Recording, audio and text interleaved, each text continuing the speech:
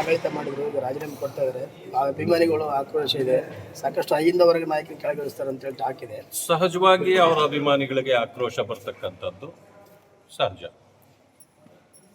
ಎಲ್ಲಕ್ಕಿಂತ ಮಿಗಿಲಾಗಿ 8 ವರ್ಷಗಳ ಕಾಲ ಅವರು ರಾಜ್ಯವನ್ನು ಆಳಿರ್ತಕ್ಕಂಥದ್ದು. ಈಗಾಗಲೇ ಹೈಕಮಾಂಡು ಅವರನ್ನು ಗೌರವದಿಂದ ನಡೆಸ್ಕೊಳ್ಬೇಕಾಗಿತ್ತು.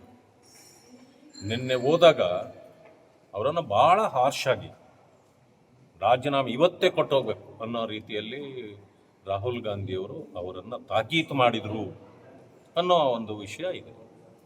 ಅದಕ್ಕೆ ಅವರು ಬಹಳ ಬೇಸರ ಆಗಿ ಬೇರೆ ಮಾತಾಡದೆ ಒಪ್ಕೊಂಡು ವಾಪಸ್ ಬಂದಿದ್ದೀನಿ ಅನ್ನೋ ಒಂದನ್ನು ಅವರ ಅನುಯಾಯಿಗಳ ಜೊತೆಯಲ್ಲಿ ಹೇಳ್ಕೊಂಡಿದ್ದಾರೆ.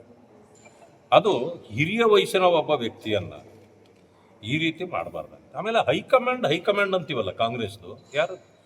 ರಾಹುಲ್ ಗಾಂಧಿ ಒಬ್ಬರೇನಾ ಹೈಕಮಾಂಡು? ಅಂದರೆ ಗಾಂಧಿ ಫ್ಯಾಮಿಲಿ ಹೈಕಮಾಂಡ್. ಮತ್ತು ನಮ್ಮ ಮಲ್ಲಿಕಾರ್ಜುನ್ ಖರ್ಗೆ ಸಾಹೇಬರು ಅಧ್ಯಕ್ಷರಲ್ವ, ಅವ್ರಿಗೇನು ಹೈಕಮಾಂಡ್ ಅನ್ನೋದು ಅವ್ರಿಗೇನು ಸಂಬಂಧ ಇಲ್ವ?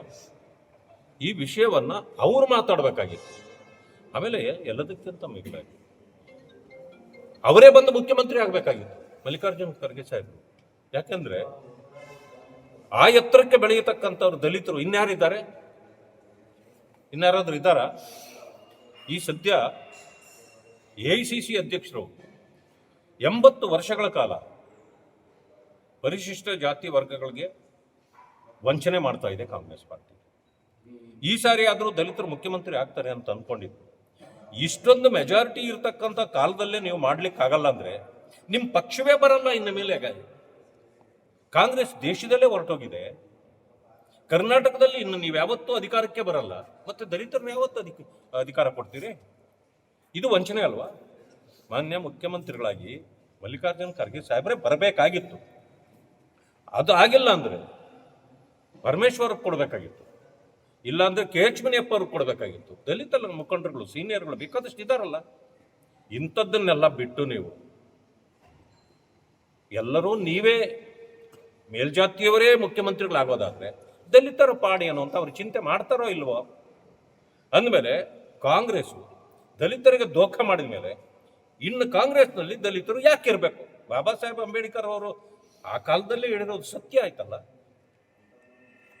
ಕಾಂಗ್ರೆಸ್ ಸುಡುವ ಮನೆ, ನಿಮಗಿಲ್ಲಿ ಭವಿಷ್ಯ ಇಲ್ಲ, ನೀವು ಬೇರೆ ಬೇರೆ ಪಕ್ಷಗಳಲ್ಲಿ ನಿಮ್ಮ ಭವಿಷ್ಯವನ್ನು ರೂಪಿಸ್ಕೊಳ್ಳಿ ಅಂತ ಈಗಲೂ ನಾನು ಕರೆ ಕೊಡ್ತೇನೆ ದಲಿತ ಬಂಧುಗಳಿಗೆ. ಇನ್ನು ತಡ ಮಾಡಬೇಡಿ. ಬಾಬಾ ಸಾಹೇಬ್ ಅಂಬೇಡ್ಕರ್ ಅವರ ಬಗ್ಗೆ ನಿಮಗೆ ಗೌರವ ಇದ್ದರೆ, ನಿಮ್ಮ ಸ್ವಾಭಿಮಾನದ ಬದುಕನ್ನು ನೀವು ಬದುಕಬೇಕು ಅಂತಿದ್ರೆ ದಯವಿಟ್ಟು ಈಗ ಯೋಚನೆ ಮಾಡಿ. ಕಾಲ ಮಿಂಚು ಹೋಗಿಲ್ಲ. ನೀವೆಲ್ಲರೂ ಕೂಡ ಭಾರತೀಯ ಜನತಾ ಪಕ್ಷಕ್ಕೆ ಬನ್ನಿ.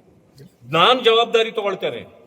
ದಲಿತ ಸಮುದಾಯಗಳಿಗೆ ನ್ಯಾಯ ಕೊಡ್ತಕ್ಕಂಥ ಕೆಲಸವನ್ನು ಭಾರತೀಯ ಜನತಾ ಪಕ್ಷ ಮೋದಿಜಿಯವರ ನೇತೃತ್ವದಲ್ಲಿ ಮಾಡೇ ಮಾಡ್ತಾರೆ.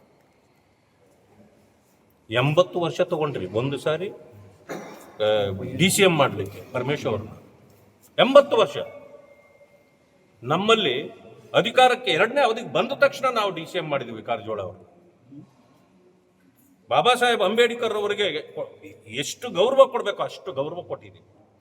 ಅವರ ಪಂಚಕ್ಷೇತ್ರಗಳನ್ನು ರಾಷ್ಟ್ರೀಯ ಸ್ಮಾರಕಗಳನ್ನಾಗಿ ಮಾಡಿದ್ದೇವೆ, ಅಂತಾರಾಷ್ಟ್ರೀಯ ಸ್ಮಾರಕಗಳನ್ನು ಮಾಡಿದ್ದೇವೆ. ಮೀಸಲಾತಿಯನ್ನು ಹೆಚ್ಚಿಸುವ ಕೆಲಸವನ್ನು ನಾವು ಮಾಡಿದ್ದೇವೆ. ನೀವು ಹೇಳಿದ್ರಿ ಮೀಸಲಾತಿ ವಿರೋಧಿಗಳು ಅಂತ, ಆದರೆ ಮೀಸಲಾತಿಯನ್ನು ನಾವು ಹೆಚ್ಚಿಸುವ ಕೆಲಸ ಮಾಡಿದ್ದೀವಿ.